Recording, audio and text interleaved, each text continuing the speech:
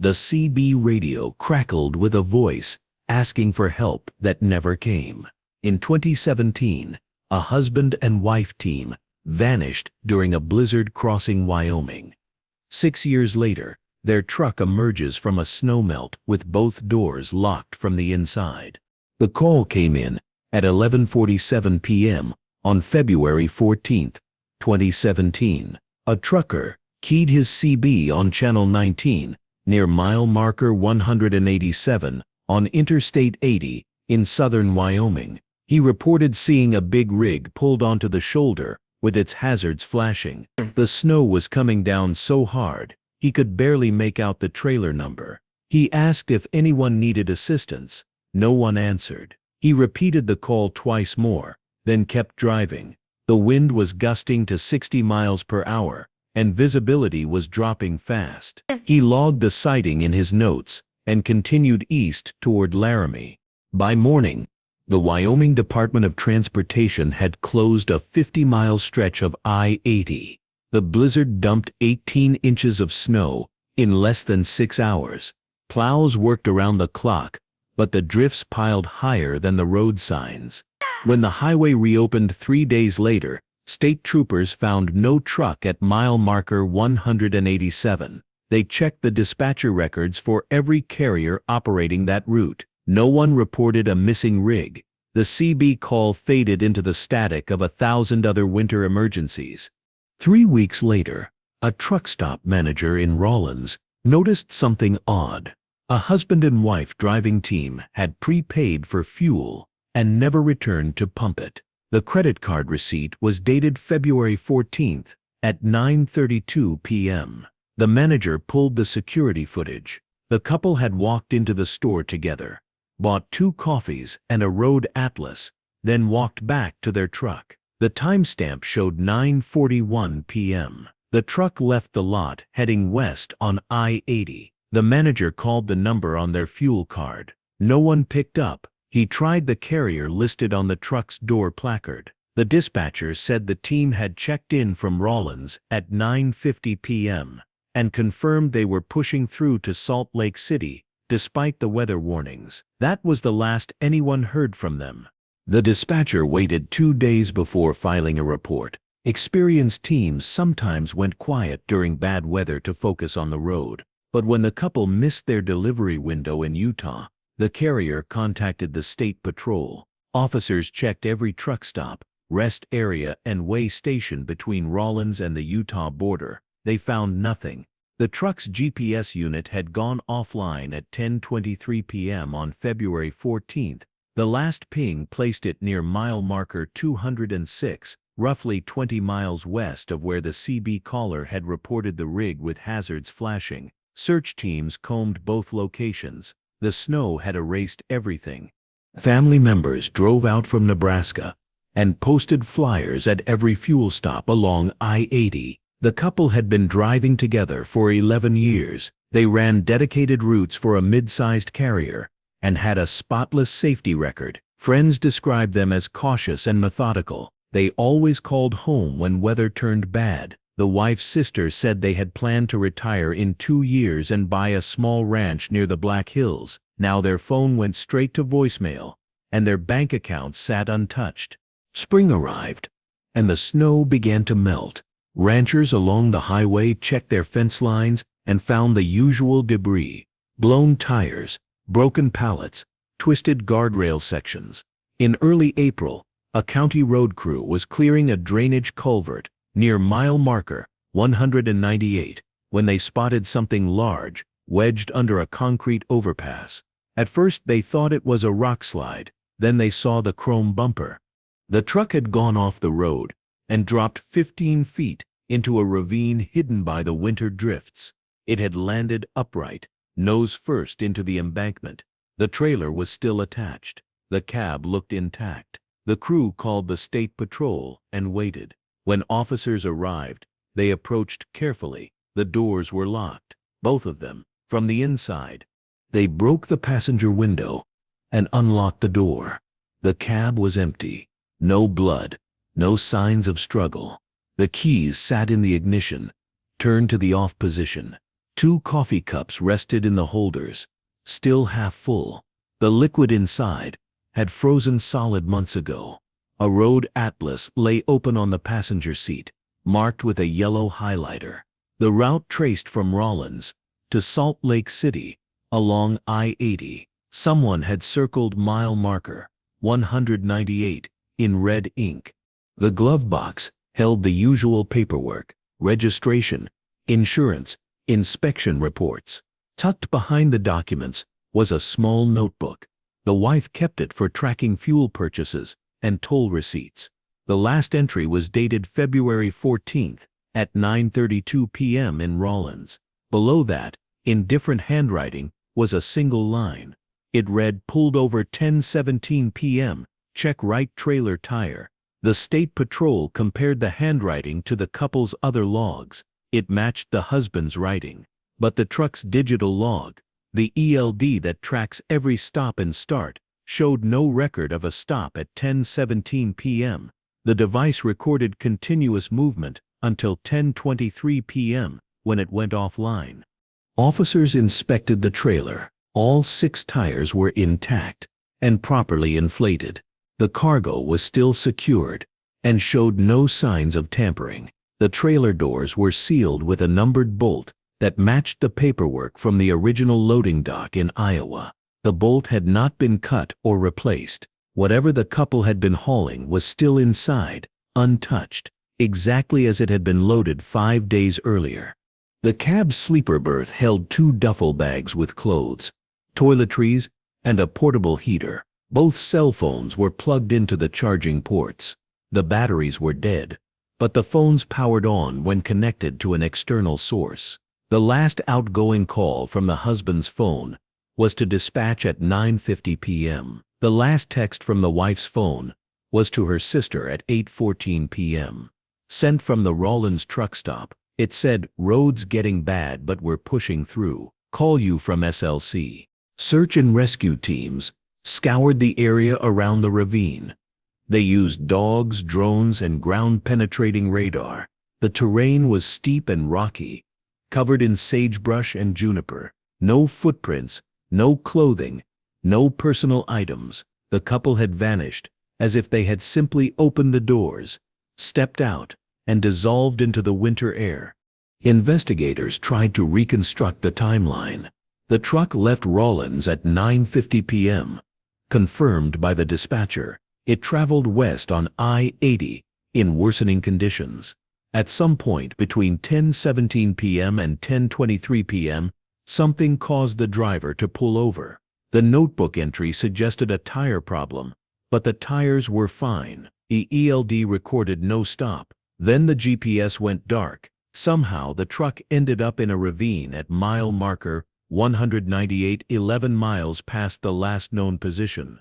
The doors were locked from inside. The keys were in the ignition, turned off. The couple was gone. The State Patrol contacted the National Weather Service for detailed records of the storm.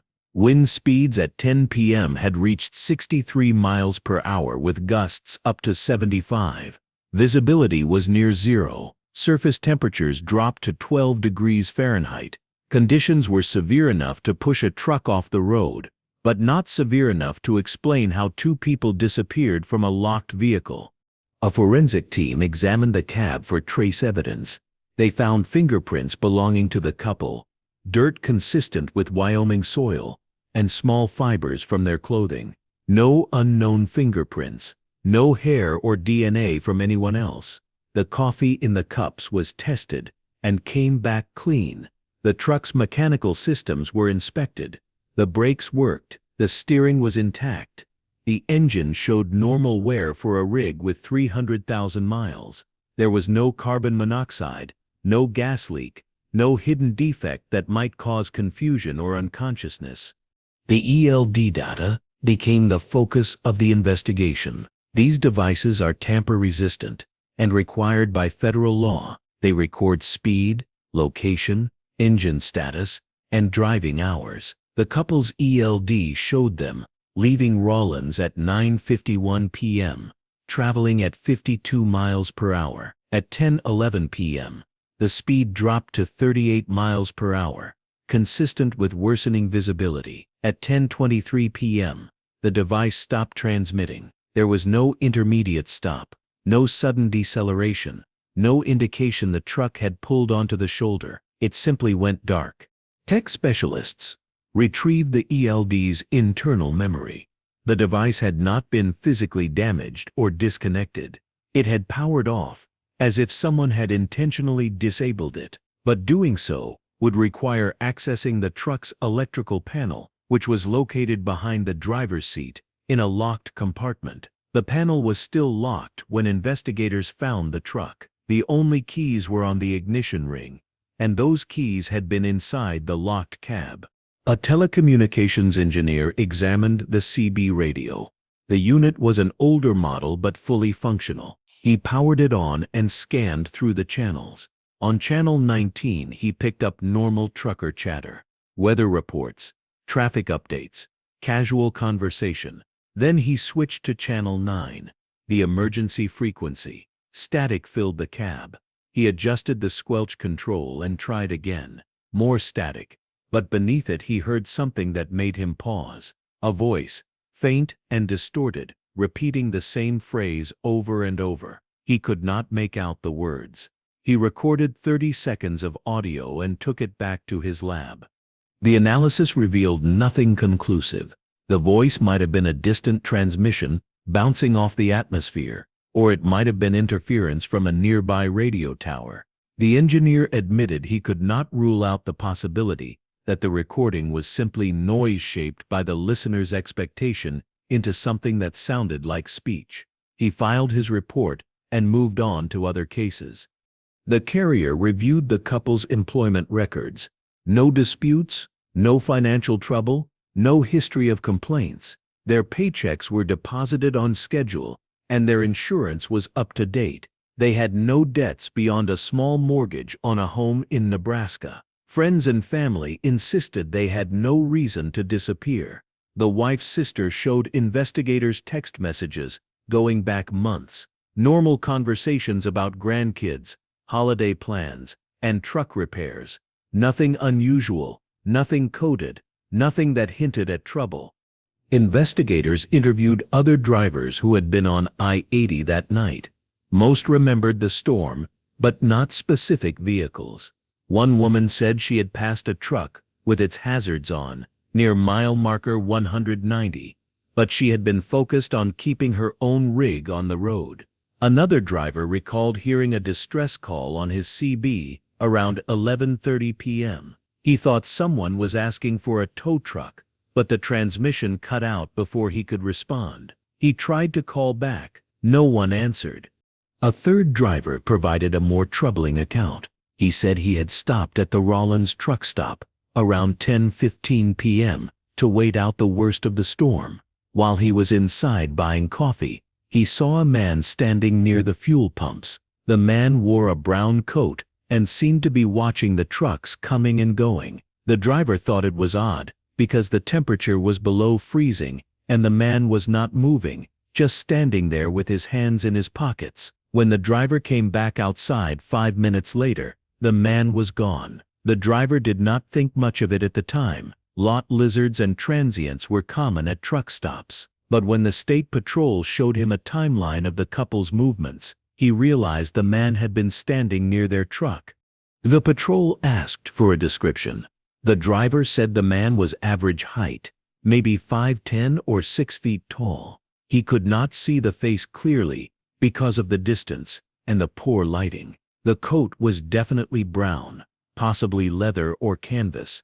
The man had not approached anyone or tried to sell anything. He had just stood there, watching. The driver said the whole thing felt off, like the man was waiting for something specific to happen. Security footage from the truck stop was reviewed again. The cameras covered the fuel islands and the front entrance, but not the entire parking lot. The couple appeared in several frames, walking to and from their truck, filling their coffee cups, checking their route on the atlas.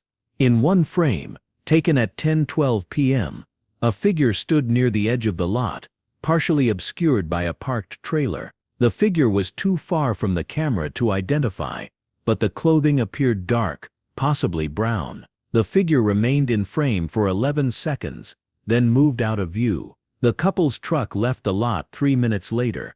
The State Patrol tried to enhance the image. The resolution was too low. They could not determine the figure's age, race, or even confirm it was a man. It could have been a shadow, or a trick of the lighting. The truck stop manager said transients often lingered in the lot, looking for rides or handouts. Security rarely bothered them, unless they caused trouble. The figure in the footage had not caused trouble. It had simply stood there and then disappeared into the night.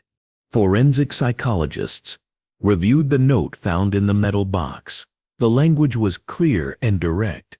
There was no indication of panic or confusion. The wife had written it as a factual account, as if she believed someone would eventually find it and need to understand what had happened. The psychologists noted that people experiencing hypothermia often exhibit poor judgment and irrational behavior in the final stages, but the note suggested the couple had been lucid enough to prepare a message and secure it in a waterproof container. That level of clarity did not fit the typical profile of hypothermia victims. One detail stood out. 2 days before they vanished, the couple had stopped at a way station near North Platte, Nebraska. A DOT inspector had performed a random check of their rig. The inspector's report noted everything was in order except for one small item. The wife had mentioned their CB radio was acting strange. It would pick up conversations on channels they were not tuned to. Sometimes it would crackle with static, even when no one was transmitting. The inspector tested the radio and found nothing wrong. He suggested it might be interference from nearby cell towers. The couple thanked him and continued on their route. Investigators contacted the inspector. He remembered the stop clearly. The couple had been polite and professional. The wife had joked that maybe they were picking up ghost truckers from old Route 30. The inspector had laughed it off. CB radios do odd things in open country, especially near power lines and radio towers. He had not thought about it again until the State Patrol called. The patrol asked if he had noticed anything else unusual during the inspection. The inspector thought for a moment, then mentioned one small detail. When he had climbed into the cab to check the logbooks, he noticed a smell, not unpleasant, just odd, like ozone after a lightning strike, or the metallic tang you get near high-voltage equipment. He had assumed it was coming from the truck's electrical system, or maybe from the storm itself. Static electricity can build up in dry winter air and create strange odors. He had not documented it because it did not affect the truck's safety rating. Now looking back, he wondered if it meant something. The State Patrol consulted with an electrical engineer who specialized in vehicle systems. The engineer said ozone smells in trucks were not unheard of, especially in older models with aging wiring, but they usually indicated a short circuit or arcing somewhere in the system. If the couple's truck had an electrical problem, it should have shown up during the inspection or caused issues on the road. The fact that the truck made it another 200 miles before the ELD went offline suggested the problem, if there was one, had been intermittent. Another angle emerged from the couple's phone records. The wife's cell phone had attempted to connect to a tower at 10:31 p.m., 8 minutes after the ELD stopped transmitting. The connection failed, but the carrier logged the attempt. The tower was located 15 miles west of mile marker 198, near Wamsutter. For the phone to ping that tower, it would have needed to be moving west, away from where the truck was found. A GPS analyst tried to reconcile this with the evidence. If the truck had continued west after 10:23 p.m., it could have reached the tower's range by 10:31 p.m., but then it would have needed to reverse course to end up in the ravine at mile marker 198. The analyst suggested the phone might have pinged an incorrect tower due to atmospheric conditions. Winter storms can disrupt radio frequencies. Cadaver dog handlers who worked the scene provided additional context. When dogs alerted to the burial site, they had shown unusual behavior. Normally, dogs are focused and methodical. They follow the scent to the source and then sit or bark. But at this site, the dog circled multiple times before alerting. One handler said his dog seemed confused, as if picking up multiple scent trails converging on the same spot. The burial itself raised questions. The couple had been found under 3 feet of soil and stone. Hypothermia victims do not bury themselves. The State Patrol considered rock slides, but the bodies were positioned side by side, arms at their sides, as if arranged. Rock slides create chaos. These bodies had been placed. Months passed. The case went cold. The couple's family held a memorial service without bodies. The carrier quietly settled the insurance claims and retired the truck's unit number. The rig itself was released from evidence and sold at auction. A small carrier in Montana bought it, repainted the cab, and put it back on the road. The new driver reported no mechanical problems and no strange radio behavior. Then in late May of 2023, a rancher was moving cattle near mile marker 198 when he noticed something odd in the drainage ditch. The spring runoff had been heavier than usual, and the water had carved new channels through the soil. Wedged between 2 rocks was a small metal box, the kind used for storing road flares. The rancher pulled it out and pried it open. Inside was a laminated card with the couple's names, a photo of them standing in front of their truck, and a handwritten note. The note was brief. It said, "If you find this, we tried to help." The man in the brown coat was standing in the road. We stopped. He said his truck was stuck in the ditch. We followed him to look. When we turned around, our truck was gone. Doors locked, keys inside. He said not to worry, someone would come for us. Then he walked into the snow, and we couldn't see him anymore. We tried to follow the road back to town, but the wind was too strong. If you find this, tell our families we love them. The handwriting matched the wife's. The date on the card was February 14th, 2017. The State Patrol reopened the case. They returned to mile marker 198 and searched again. This time, they brought ground-penetrating radar and cadaver dogs. On the 3rd day, the dogs alerted to a spot 30 yards from the road, near a cluster of scrub oak. The ground was hard and rocky. Digging was slow. They found the couple buried together under 3 feet of soil and stone. The bodies were positioned side by side, arms at their sides, as if they had simply lain down and gone to sleep. The clothing matched what family members said they had been wearing. The cold had preserved them well enough for identification. The medical examiner found no signs of trauma, no broken bones, no wounds. Cause of death was listed as hypothermia. Time of death was estimated between midnight and 2 a.m. on February 15, 2017. The investigation turned to the man in the brown coat. State Patrol checked missing persons reports, transient sightings, and accident records for the area. No one fitting the description had been reported. No vehicles had been found stuck in ditches near mile marker 198 during the storm. Investigators reviewed traffic camera footage from the nearest exits. The system had malfunctioned during the blizzard, and large sections of video were missing. The few clips that survived showed only snow and the occasional set of headlights. One question consumed the case. How did the truck end up in the ravine, with the doors locked from inside, if the couple had already left the vehicle to help a stranded motorist? The metal box had been found in the drainage ditch, which suggested the wife had left it there intentionally, hoping someone would find it. But the truck's keys were in the ignition. The couple's phones were plugged in and charging. The coffee cups were still in the holders. Everything pointed to a sudden, unexplained departure from the cab, yet the physical evidence contradicted that scenario at every turn.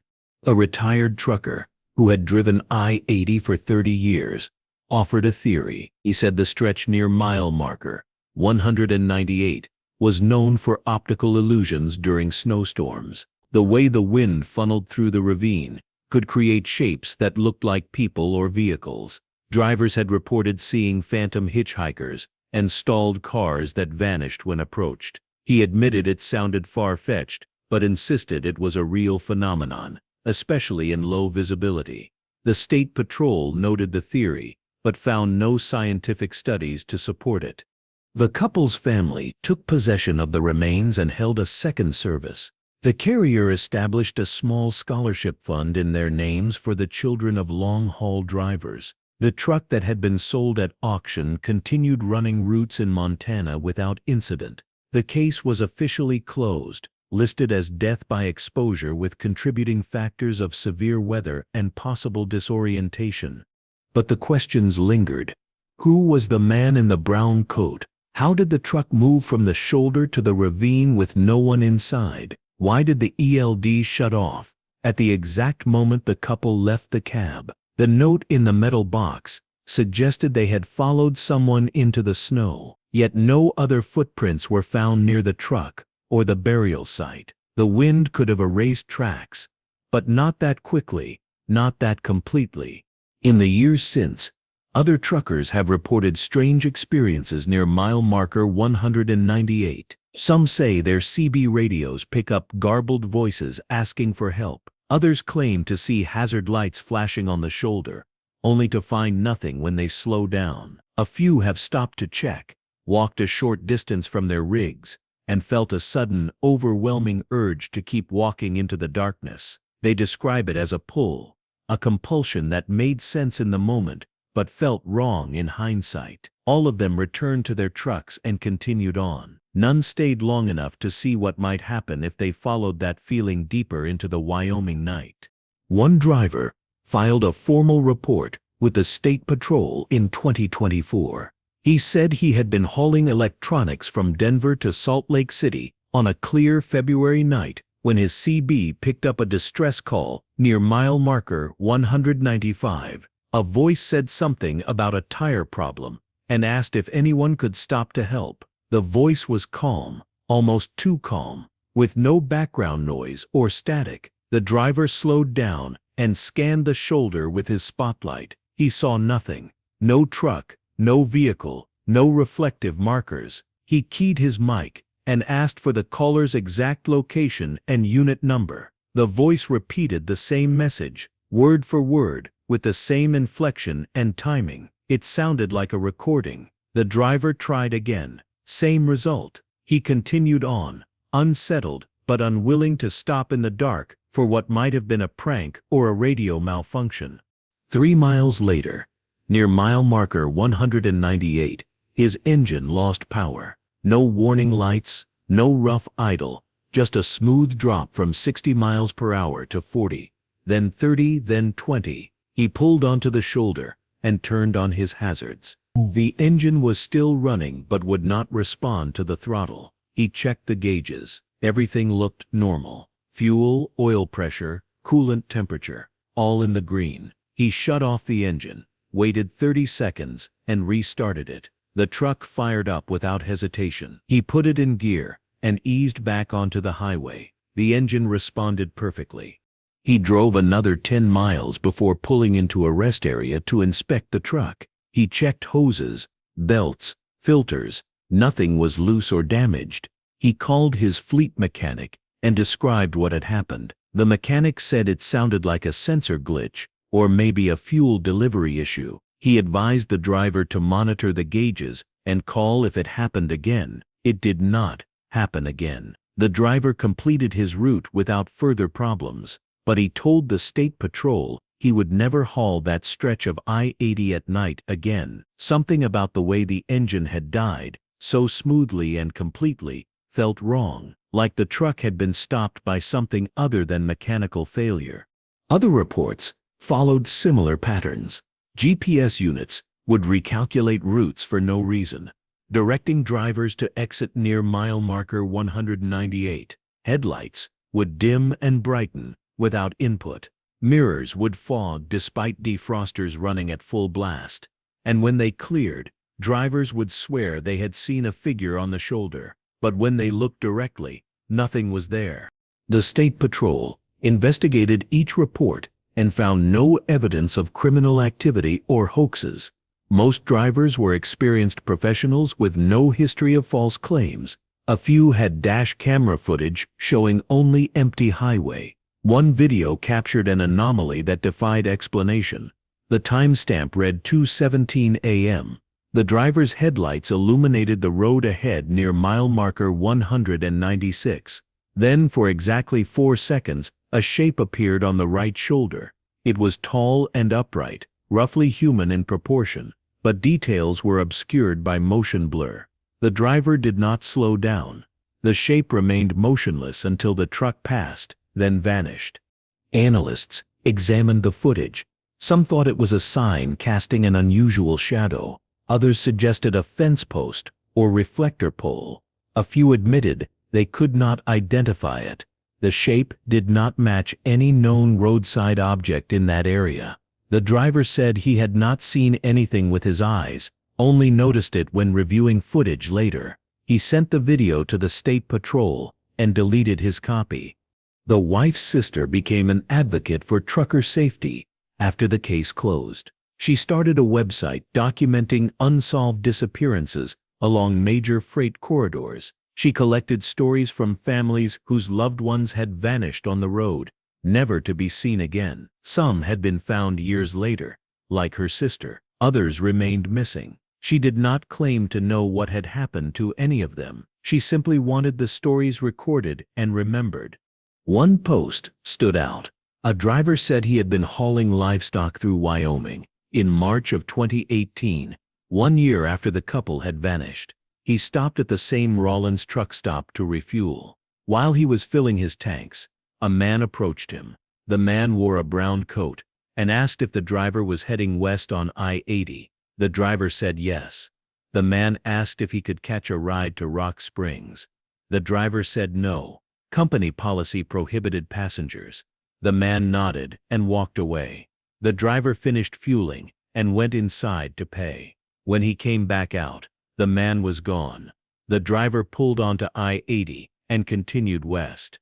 About 20 miles later, near mile marker 198, the driver heard a voice on his CB.